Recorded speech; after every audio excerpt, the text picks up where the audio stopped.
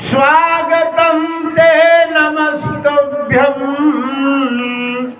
ब्रह्मा किं करवाम ते ब्रह्मार्षिणवां तपः साक्षात् मन्वित्वर्यवपुर्धरम्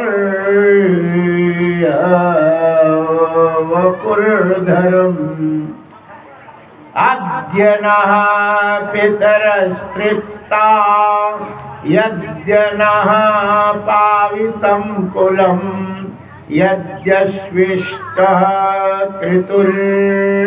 क्रतुरयं यत् भवानागतो गृहम्। आप भले पधारे, आपको मैं नमस्कार करता हूँ। आज्ञा दीजिए मैं आपकी क्या सेवा करूं। आर्य ऐसा जान पड़ता है कि बड़े बड़े ब्रह्मर्षि की तपस्या ही स्वयं मूर्तिमान होकर मेरे सामने आई है। आज आप मेरे घर पधारे, इससे मेरे पितर तृप्त हो गए।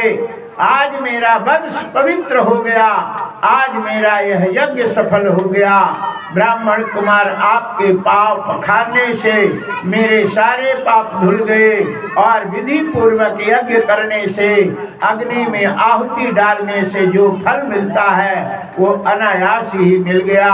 आपके इस नन्हे नन्हे पैरों और इनके धोने से पृथ्वी पवित्र हो गई। ब्राह्मण कुमार ऐसा जान पड़ता है कि आप कुछ चाहते हैं, परंतु पूज्य ब्रह्मचारी जी आप जो चाहते हैं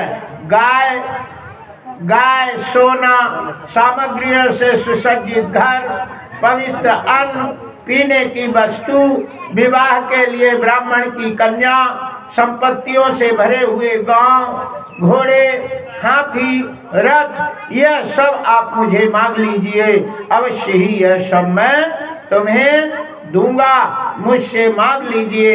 हमारे यहाँ जो एक बार आ जाता है और फिर वो किसी के यहाँ मांगता नहीं है। जाचक सबही अजाचक कीन्हे। जितने मांगने वाले हैं उन सबको बिना मांगने वाला ये राजा बलि कर देता है। वाह, बहुत अच्छा आप आ गए। तब यहाँ वामन भगवान ने कहा वचस्वै तज्जन देव सोन्नतम पुरोचितं धर्मयुतं यशस्करम् यस्य प्रमाणं भृगवाश्वपराय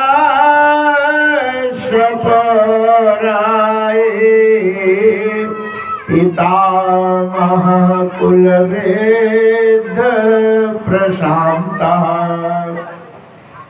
यहाँ भगवान ने कहा राजन, आपने जो कुछ कहा वो आपकी कुल परंपरा के अनुसार धर्म भाव में परिपूर्ण यज्ञ की को बढ़ाने वाला और अत्यंत मधुर है।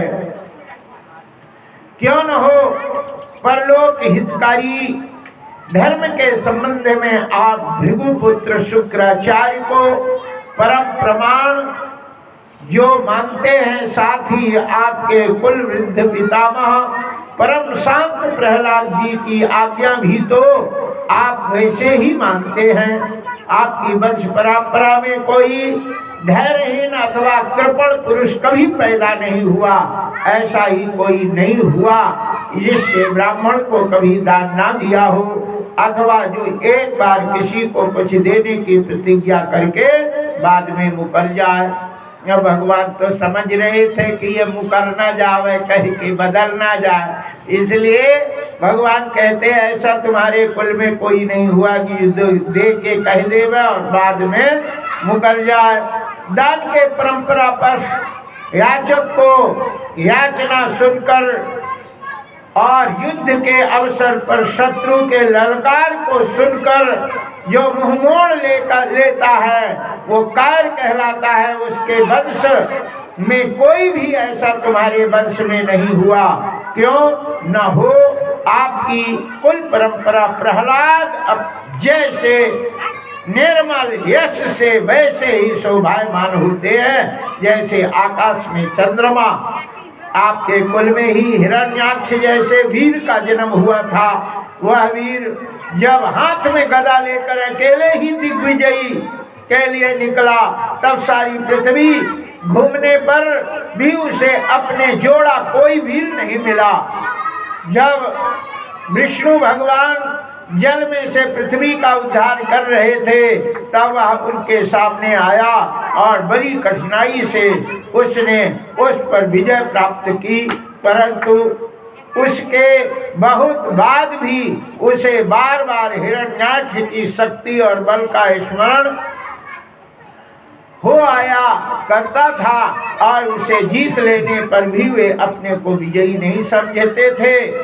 जब हिरण्याक्ष के भाई हिरण्यकश्यपु को उसके वध का वृत्तांत मालूम हुआ तब वो अपने बड़े भाई का वध करने वाले को मार डालने के लिए क्रोध करके भगवान के निवास स्थान वैकुंठ में पहुंच गया। विष्णु भगवान माया रचने वालों में सबसे बड़े थे और समय को खूब पहचानते थे। जब उन्होंने देखा कि हिरण्यकश्यपु को हाथ में त्रिशूल लेकर काल की भांति मेरे ही ऊपर धावा कर रहा है तब उन्होंने विचार किया और जैसे संसार के प्राणियों के पीछे मृत्यु लगी रहती है वैसे ही मैं जहाँ जहाँ जाऊँ वहीं वहीं वह मेरा पीछा करता रहा, इसलिए मैं उनके हृदय में प्रवेश कर जाऊं जिससे वह मुझे देख ना सके, क्योंकि वह तो बहिर्मुखी है और बाहर ही वस्तुओं को देखता है। असुर शिरोमणि जिस समय हिरण्यकश्यप उन पर झपट रहा था उसी समय ऐसा निश्चय करके डर से कांपते हुए विष्णु भगवान हिरण्यकश्यप के शरीर में प्रवेश कर गए।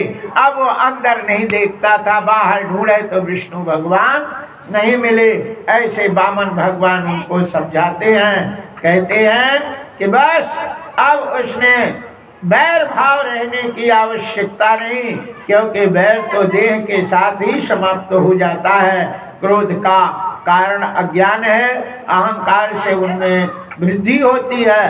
राजन, आपके पिता प्रहलाद विरोचन बड़े ही ब्राह्मण भक्त थे, यहाँ तक कि उन्होंने शत्रु देवताओं ब्राह्मणों का वेश बना करके उनकी आयु का दान मांगा और उन्होंने ब्राह्मण को छल के जानते हुए भी अपने आयु दान में दे डाली। आप भी इसी प्रकार धर्म का आचरण करते हैं जिसका शुक्राचार्य आदि गृहस्थ ब्राह्मण आपके पूर्वज प्रहलाद दूसरे यशस्वी वीरों ने पालन किया है।